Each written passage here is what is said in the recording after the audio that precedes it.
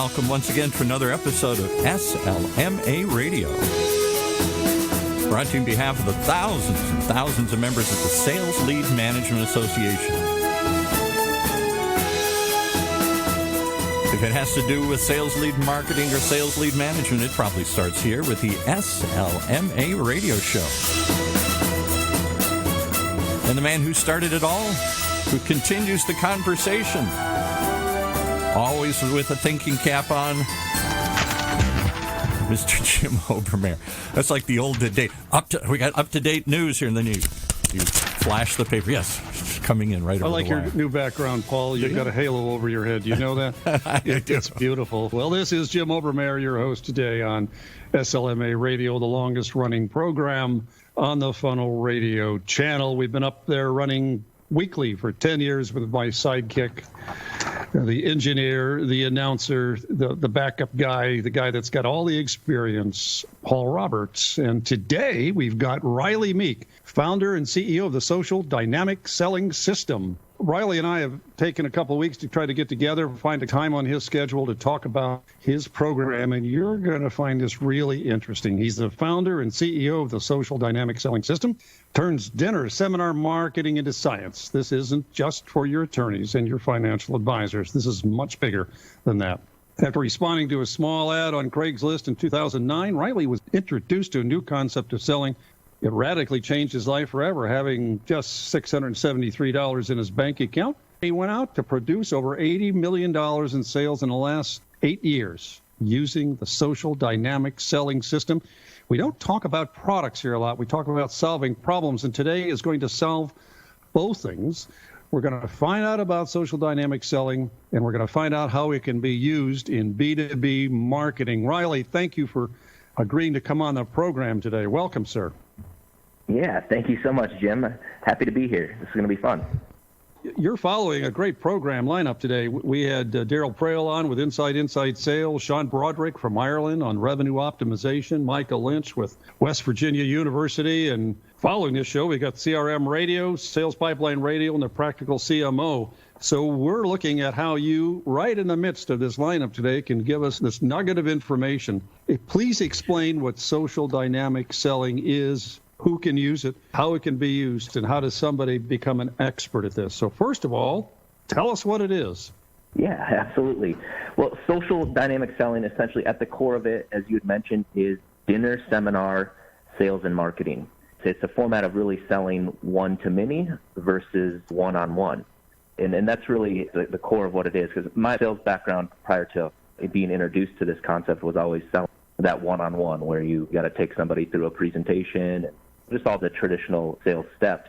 When I was introduced to this, it really blew my mind because my presentations would be 2, 3, sometimes 4 hours long. And when I saw this gentleman had a room full of 20, 25 people in the room, he did one rock star presentation, and then at the end, he simply asked for a second appointment and kind of sifted the sand, and he ended up, out of the 20, 25 people in there, ended up getting 7 actual appointments to meet with him the next day.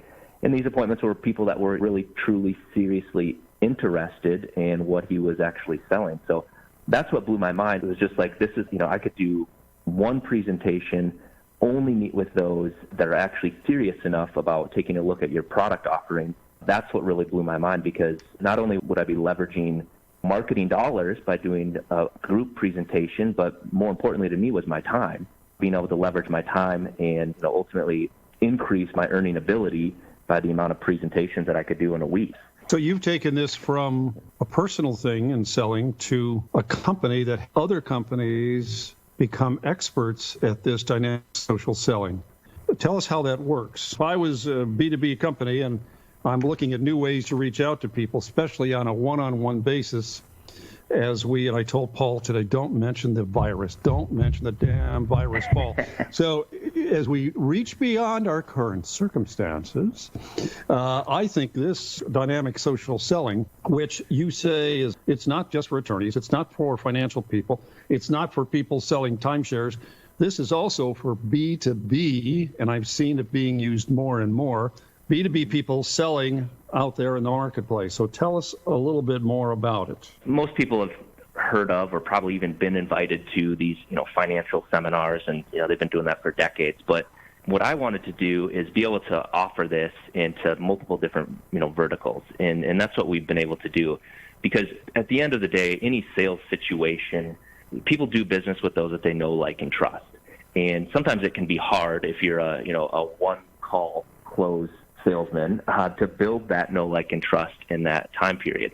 And so there's something to be said, and really why we called this the social dynamic selling system is that there's a social dynamic that happens in any situation in a group setting. I usually use an example of, like, if you're out to a restaurant, there's a social dynamic happening between you and who you're sitting with, the server, the bartender, the other patrons that are there. There's a dynamic that's happening. And we've been able to really fix and refine this into a sales process to use in our favor by hosting these events in a neutral environment where it's not you going into somebody's home or them having to come into your office, maybe intimidated.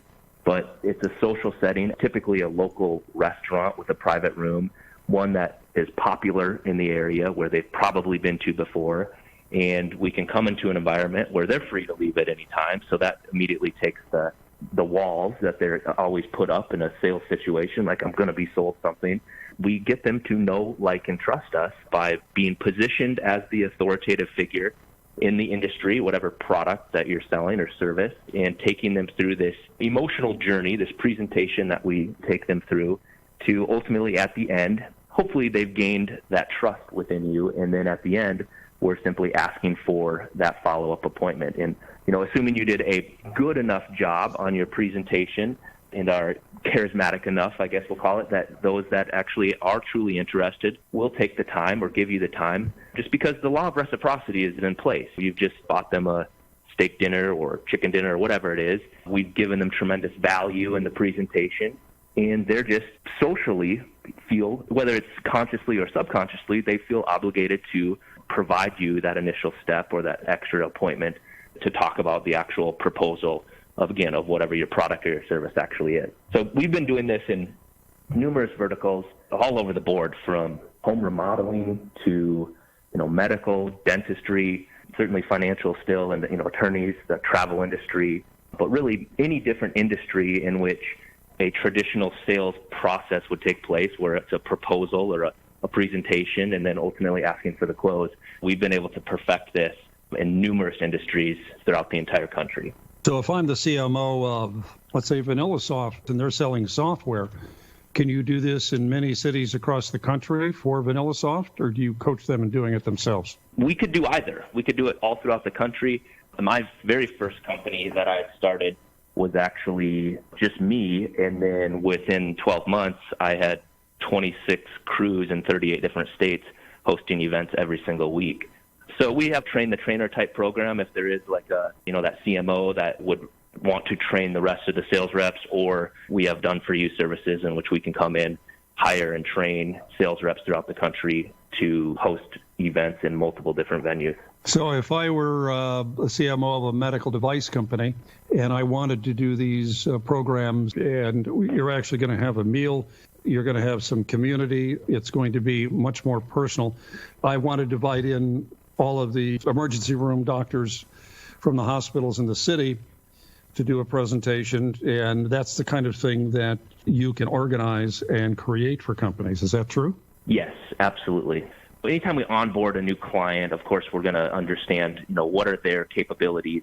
Sometimes it's a one-man show. Sometimes it's a Fortune 500 company that has the staff to take on certain situations. So we can handle solely the marketing of, choosing the venue, filling it, and then all that presenter has to do is show up.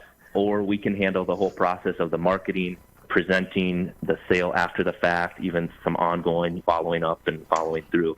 When we call it our done-for-you program, it is certainly tailored to each specific company based upon their capabilities, which they can handle either in-house or if they wanted us to take care of everything. You seem to have a dynamic staff on your website as I look them up today. Now, you mentioned different industries that you work within, and one of the things that you mention is you talk about this being very predictable, sustainable, and scalable. Before we take our break in 2 minutes, can you tell us why it's predictable? Yeah, it's predictable because it took me a good decade. I've been doing this for the last decade to really fix and refine this and knowing how to speak to our true client. So we always want to understand who the true client is and then creating a message and having continuity throughout every touch that we have with them leading up to the event and certainly after the fact of the actual sales. So predictable in the fact that I can throw a dart at a map, and if I know who your true client avatar is, I can hone that in and demographically know how many people I have within that certain location, craft a message, a mail piece, or online ads, whatever it is. I can certainly get them to respond, to come to an actual event. Sustainable in the fact that I can do that every single week throughout the country, and scalable that you can throw a dart, and if it works in Wilmington, North Carolina, it can work in Denver, Colorado. And that's how we're able to scale companies that don't necessarily have a brand or recognition or awareness. They may be a solar company in Florida, but they want to move to South Carolina. How do we do that without a brick and mortar business and a brand? And I could fill a room with them with interested prospects within a few weeks, and they can set up shop before ever even having any brand or recognition within that area. Because of your experience in having so many of these across the country, so you know that if you get 50 people or 100 people to fill the room, you've got a very good idea of, first of all, how many people you have to go to get the 50 people to be in the room. And then out of the 50 people that are in the room, you've got a very good idea of how many will allow a follow-up appointment afterwards. And then you've got a good idea of what percentage will close. I like that kind of math way of looking at things. Is that true? Have I got that right? Absolutely. Yeah, there's 6 measurables that we track within any campaign, and that's really what allows me to do that remotely, because I can give suggestions and coach people throughout this entire process of the response rate, the show-up rate, the cancellation rate, the stick rate, everything like that we're measuring. It's really, we call it our offline funnel that we're using these events versus everything's about the online funnel, but this is our offline funnel that we're able to measure and track everything, because I can make adjustments on the fly if at any point my funnel is not in the shape of a funnel. Okay, we're going to have to take a quick break, and then when we come back, let's talk briefly about the 6 measurable things that you track for a campaign. If we can talk a little deeper. And then before we finish up today, can you give us one good case study, can describe how this has worked for a typical client? Paul, over to you. Well, if you'd like to have a steady stream of pre-qualified, motivated leads that come to you, your own leads we're talking about, not purchase leads that 5 other companies are also calling, but your own exclusive leads, then you just have to get a copy of Rylee's amazing Amazon best-selling book, Food for Thought, How to Use Dinner Seminar Marketing in Ways You Never Thought Possible. This book teaches you how to fill a room of 20 to 30 of your ideal prospects every single week. Think of that. Heck, they'll even give it to you for free. Just cover the small shipping costs. Go to Social Dynamic Sales Academy, just like it sounds, Social Dynamic Sales Academy.com. Fill out the form, and you get the book right away. What could be easier? Social Dynamic Sales Academy.com. And after that, you may want to think about, hey, maybe you want to have your own podcast for your company or your brand. Do you want to establish your thought leadership without writing a book? Do you have a personal brand and you want to tell your personal stories? Or connect with people you never thought possible? Funnel marketing makes podcasting easy so you can be heard by hundreds or thousands of core listeners. Separate yourself from the crowd. Contact Funnel Media today to bring your story to life. We make it easy and convenient. Just go to podcastsmadeeasy.com. That's podcastsmadeeasy.com. And we'll get back to the 2 men that are making it sound so easy. Is it that easy to get 20 or 30 people to show up at a restaurant for an event? If you get 20 or 30, you can probably get 50 to 100 in B2B with the right campaign and the right database. We've been speaking with Rylee Meek today. He's the founder and CEO of Social Dynamic Selling.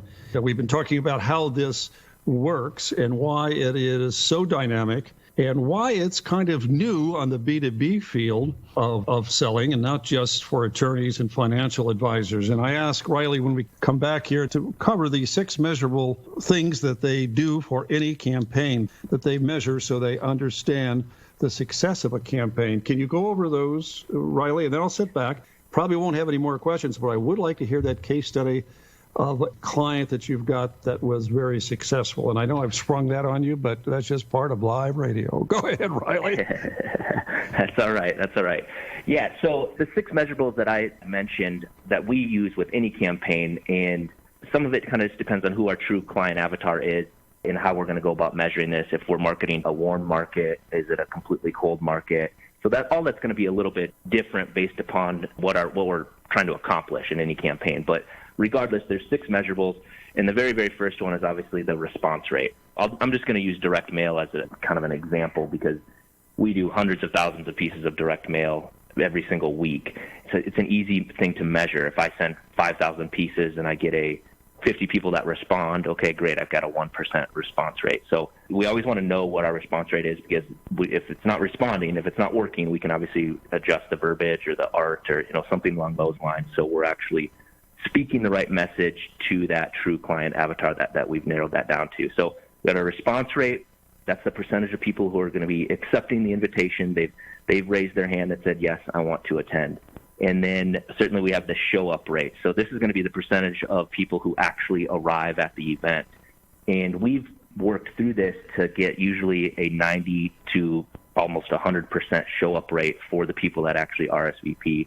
And there's ways to make this work by getting their dinner order ahead of time, obviously confirmation calls, things like that we're getting such a high show-up rate. So response rate, the show-up rate.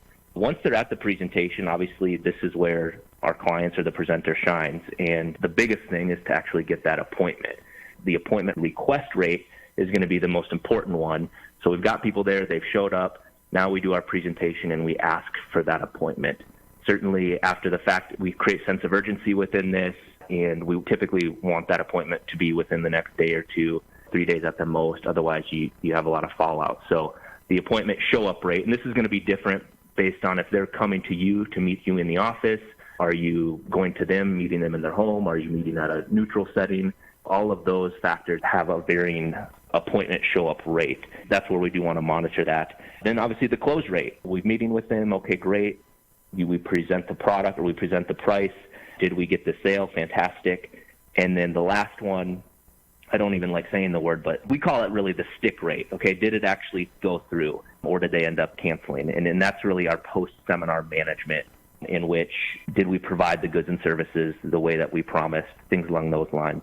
So the 6 measurables, again, response rate, the show-up rate, appointment request rate, the appointment show-up rate, and then the close rate, that stick rate after the fact. So we're able to measure those from afar based and with those numbers. If we get people to show up and we do a terrible presentation, okay, what happens if we say this now in the next seminar? And that's kind of the guidance that we're able to give from afar, because we do over 100 events every single week throughout the country, so it's not like I can be at all of them. But that's why we have online training and trainers that can help coach people through the sales process and understanding how to design a presentation to get people to make that buying decision. Because nobody wants to be sold, but everybody wants to buy. And I think that's a crucial aspect into a presentation, is creating that environment where they can feel like they made a wise decision in doing that versus feeling like they were actually sold. Well, your 6 things are much more accountable than 90% of all the marketing dollars spent out there. Can you give us a 1-minute case study? Because we're down. I really didn't want to interrupt you there. This really made sense. I'll tell you what, let's come back for a case study. Do you mind coming back in a couple of weeks and we'll talk about this again? Because I really like what you're talking about. Sure. Yeah, no problem. Let's try to come back in a couple of weeks. What kind of costs do people have? How do you figure out the cost of doing these programs? Yeah, that's the biggest aspect in onboarding a client. We always do a quick strategy call just to make sure that this is going to make sense, because in all reality, this isn't for everybody, right? This system absolutely works. It's tested, proven. But if you're selling a $48 widget with no additional lifetime value to your customer, I'll be the first to tell you that this is probably not the best way to go about. Yeah. But because there are costs involved in hosting these events, and it isn't hundreds of dollars, it's definitely thousands of dollars. But part of that depends on, is it wise to have a room of 100 people, or can we keep this more intimate with 20 people and still have a proper return on investment? Because we always, in every one of our campaigns, we make sure our sweet spot is typically like a 300% return on investment. So if I'm going to spend $5,000 to host this event, to fill the room, to buy dinner. I want to make sure that I can at least recoup $15,000 out of this. And that's how we track things throughout our process. Well, in my old days when I was selling medical devices, getting 50 doctors in the room and I'm selling a $10,000 to $20,000, $30,000 device, doesn't take too many of those to make up for it. How can someone reach you, Rylee? Yeah, I threw together dinnerseminarblueprint.com, and they can actually download, it's a free download, a copy of our blueprint. We have 6 basic steps that we teach people to utilize throughout this process to have a successful, not only marketing campaign, but sales campaign as well. So dinnerseminarblueprint.com. Okay, and let's talk about you coming back in a couple of weeks and giving us some of the case studies and tell us how they worked out for your clients. Rylee Meek, thank you very much. Appreciate it. Yeah, thank you guys. This has been fun. Looking forward to the next one. And Paul, we've got CRM Radio with Paul Peterson coming up, followed by Matt Hines at Sales Pipeline Radio, and then the Practical CMO with Mark Corona. Paul, over to you.